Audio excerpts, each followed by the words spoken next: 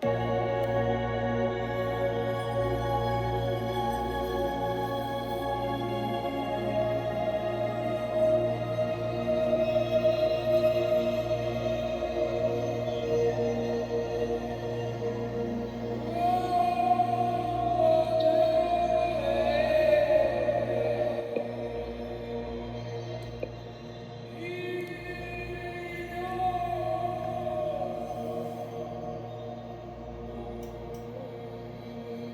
Secret Place of Fula Ancestral Vision by Kateb Nuri Alem Shana.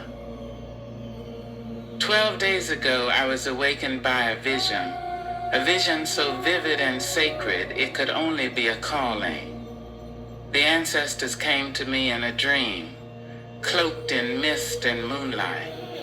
They spoke no words, but made their will known in the silence between breaths. In the rhythm of drums only the spirit can hear. Journey to the forest, they urged, and seek solace. I obeyed. With my donkey carrying a modest load, my bedroll. Water, incense, my grandmother Celestine's prayer cloth, and the writings I had tried to bury in the soil of excuses, I set out. The earth was dry beneath my feet, and the wind carried the scent of distance.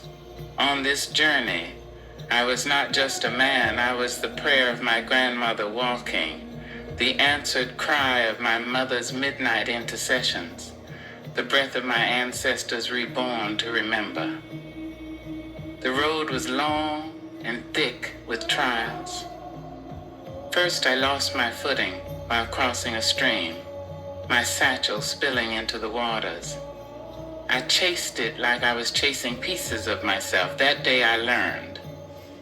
Sometimes the current must carry away what we think we need to teach us what truly matters. The second trial came with a bitter cold night. I had no firewood. I wrapped myself in my grandmother's cloth and whispered her old blessings.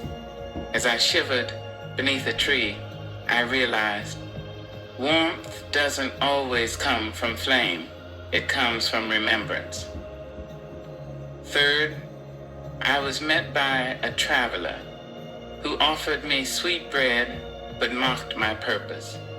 He told me no one cared about old wisdom, that writing was dead and so were the ancestors. I nearly turned back, but Celestine once told me even a rooster crows at dawn whether or not the world listens. That's its truth. That night, I remembered. The calling is not about applause, it's about obedience. Lastly, my donkey buckled from exhaustion. I wept for the beast like it was my brother. I carried my belongings myself, one foot in front of the other.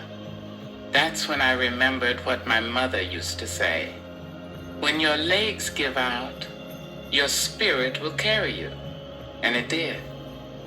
After 12 days, deep in the forest, the trees opened into a small, sun-dappled clearing.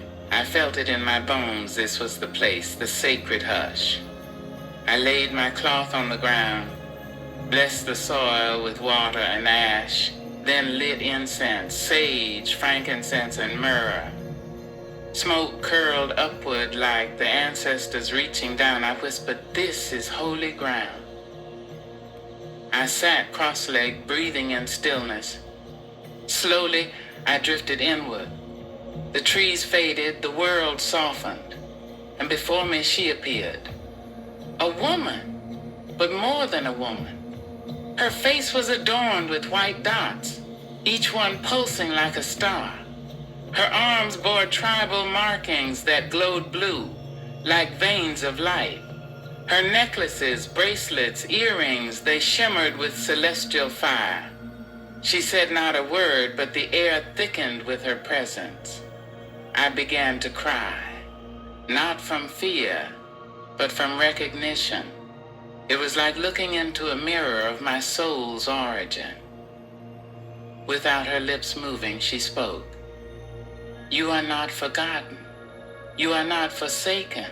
You are not broken. You are the ink of generations. You are the drumbeat of survival. You are not too late. You are not too small. You are the chosen quill.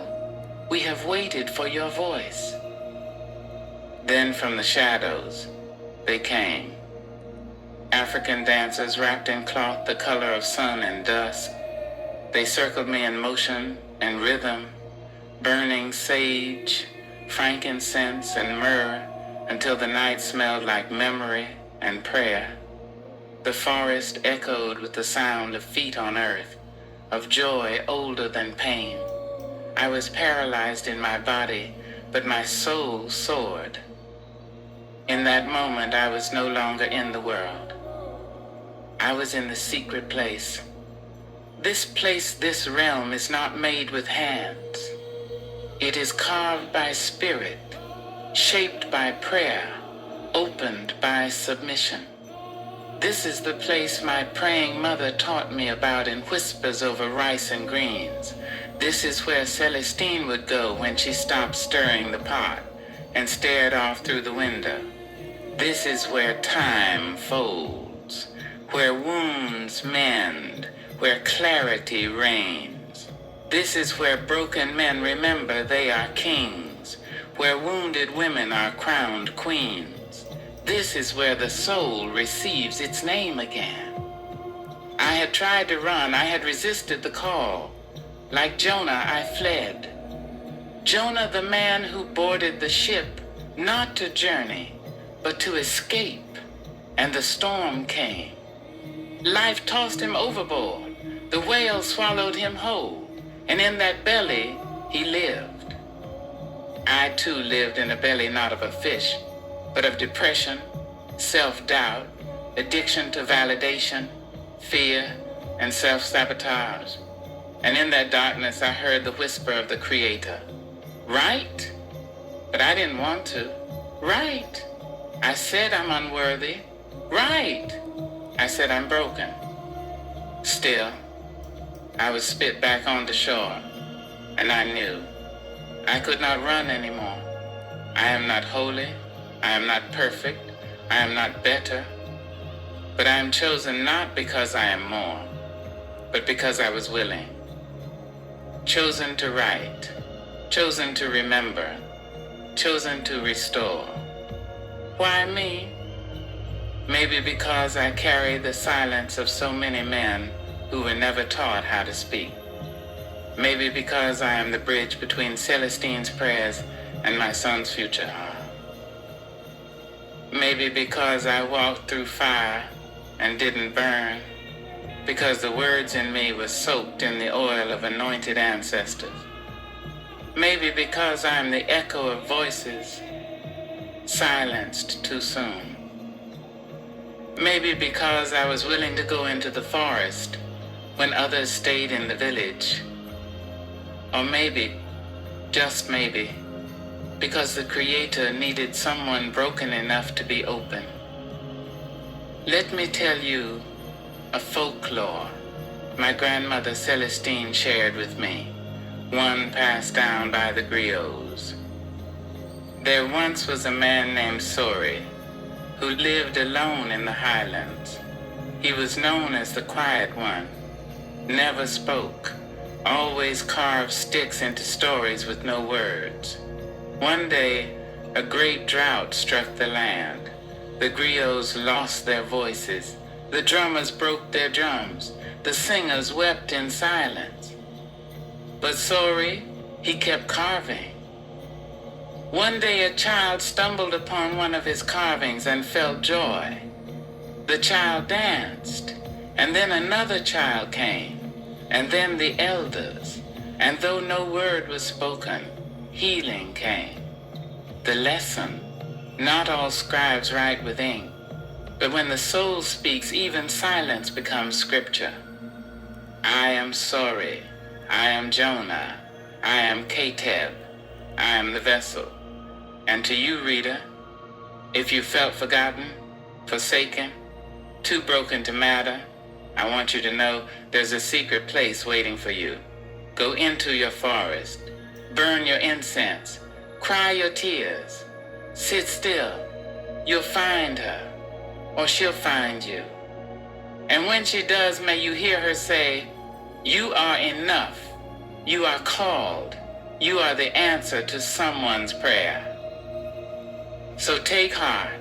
Your pain has a purpose. Your scars are sacred maps. Your breath is proof that your story is still being written. You are the promise of generations past and the blueprint of future healing. Now go and write your soul